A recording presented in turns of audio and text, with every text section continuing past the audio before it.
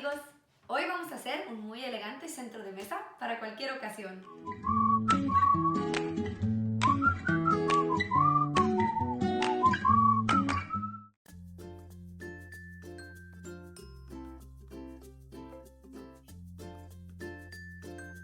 Para nuestro centro vamos a usar una esfera de rosas, un florero de Torre Eiffel, espigas de perlas, medias perlas y un anillo de rosas.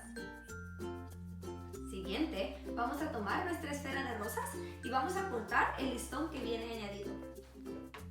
Ahora, creamos una abertura en nuestra esfera de rosas, colocamos silicón en nuestro florero y lo añadimos así.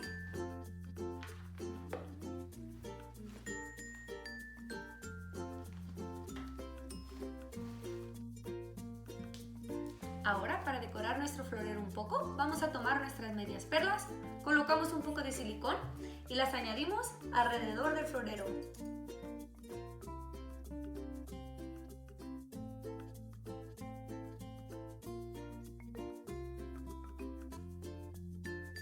Ahora nuestro toque final van a ser nuestras espigas de perlas.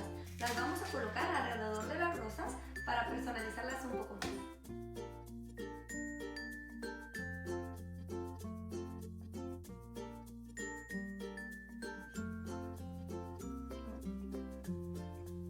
Y ahí lo tenemos, un hermoso centro de mesa.